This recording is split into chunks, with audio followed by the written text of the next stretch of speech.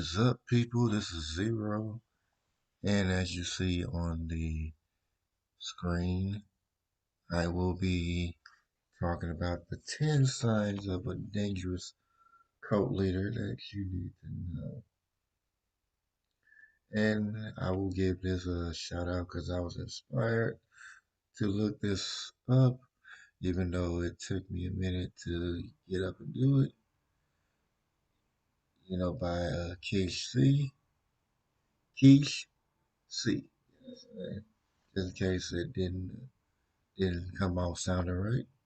Shout out to her when she was talking about a certain group that shouldn't be identified as a cult.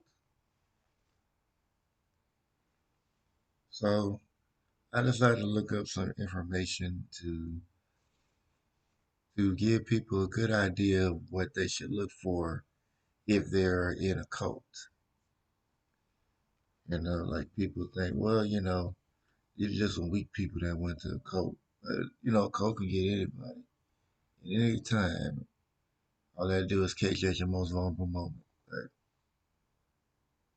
I'm going to list down the 10 signs. Read out 10 signs.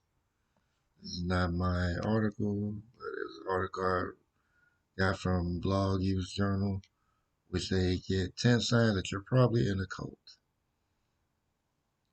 And the first sign is the leader is the ultimate authority. If you're not allowed to criticize the leader, even if the criticism is true, you're probably in a cult. Cults begin with a charismatic leader who claims some supreme knowledge. They may call themselves a prophet, a messiah, messenger, or an enlightened teacher. They can be CEOs, military officials, politicians, and self-help gurus. Cult leaders convince members to forfeit their critical thinking ability in return for a sense of belonging, authority, and purpose. To members, it doesn't matter what the evidence or logic may suggest, the leader is always right, and their misdeeds are always justified. Criticism of their leader is forbidden. And you probably seen it in other spots. So I'm gonna keep going. I'm just gonna read them out, and you'll come up with your own opinion. But the next one is the group suppresses skepticism. If you're only allowed to study your organization through approved sources, you are probably in a cult. Cults view critical thinking as an infectious disease, and every effort is made to suppress it. Doubting members are encouraged to isolate themselves from outside influences and focus solely on the doctrine of the cult. Criticism is forbidden. People who contradict the group are viewed as persecutors and are often given labels like anti, apostate, or suppressive person. Members are discouraged from consuming any material that is critical of the group. I'm sure you probably could think of some groups that fit that bill, but we're going to go on to the next one. The group delegitimizes former members. If you can't think of a legitimate reason for leaving your group, you're probably in a cult, because the cult considers itself the ultimate authority on truth. It can't imagine anybody leaving there with their integrity intact. Thus, it has to perpetuate a false narrative that former members were deceived, proud, immoral, or lazy. If former members speak out, they are dismissed as bitter, angry, dishonest, or evil. Cults often impose some kind of shunning to shame former members and prevent them from infecting other members with the truth.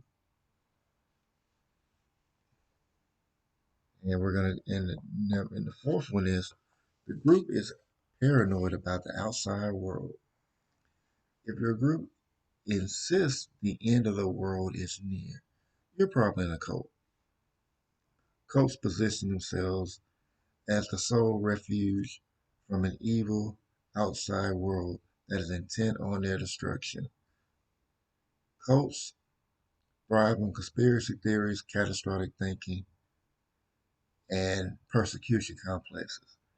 In an effort to draw in more paying members, cults are often very aggressive in their recruitment efforts, which are usually justified as saving people from the evil world. Those who reject the cult's message are unelect, prideful, evil, or stupid. And cults are kind of mean. And the next one is the group relies on shame cycles. If you need your group in order to feel worthy, loved, or sufficient, you're probably in a cult. Cult leaders trap members in shame cycles by imposing abnormally strict codes of conduct, user prescriptions about diet, appearance, sex, relationships, media, guilty members for their shortcomings, and then positioning themselves as a unique remedy to the feelings of guilt that they themselves created. Cult members are made to believe that they are insufficient or unworthy on their own, that the only way to become worthy is to confess their shortcomings to the group or leader. The leader then becomes the mediator of worthiness and the foundation of the member's self-esteem.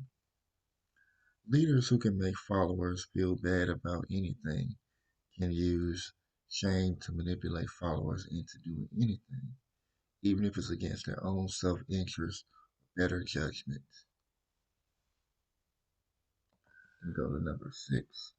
The leader is above the law. If you're held to a different moral standard, especially specifically in regard to sex, you're probably in a cult. The prevalent idea among cult leaders is that they are above the law, be it human or divine. This idea allows them to exploit their followers economically and sexually without repercussions.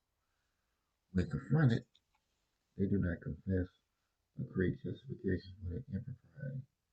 Sexual grooming of members is common. Loyal cult members will perform any amount of mental gymnastics to justify or ignore their leaders' behavior. That's a doozy. All right, so we go to number 7. The group uses thought reform methods. That seems very Orwellian. If you don't get there, that's your research. If your serious question is answered with cliches, you're probably in a cult. Indoctrination or brainwashing is the process through which a cult slowly breaks down a person's and of a sense of identity and ability to think rationally. Behaviors like excessive fasting, prayer, hypnosis, scripture reading, chanting, meditation, usage can all be used to increase a person's vulnerability to the leader's suggestions.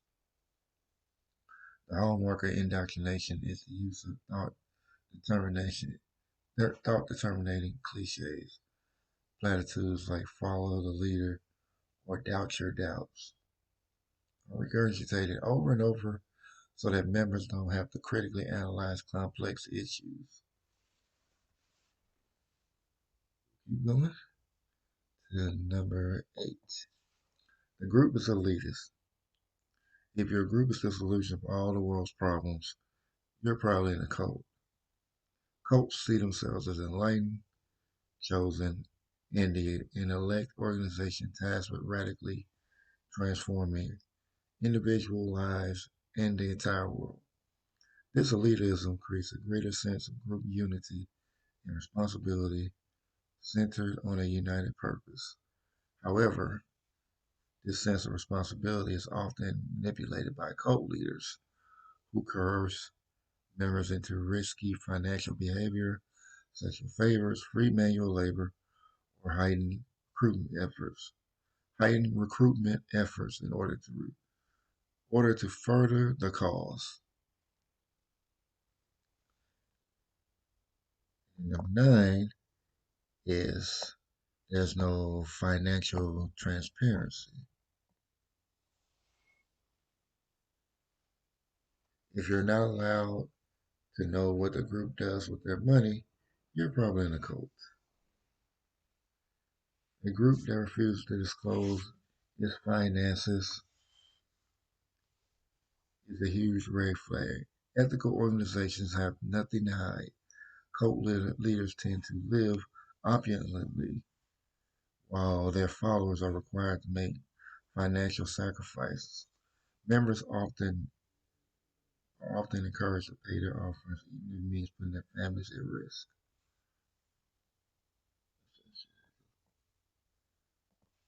And the last one, the group performs secret rites. If there are secret teachings or ceremonies you didn't discover until after you join, you're probably in a cult. Cults use secret rituals as rites of passage to solidify a member's loyalty to the group. Initiation into these rites usually only comes after members undergone certain tests or made adequate financial contributions. Often cult initiations are confusing, bizarre, or often offensive. This mental dissonance between their sense of confusion and their loyalty to the inner circle convinces the initiate to double their efforts in order to properly appreciate the proceedings.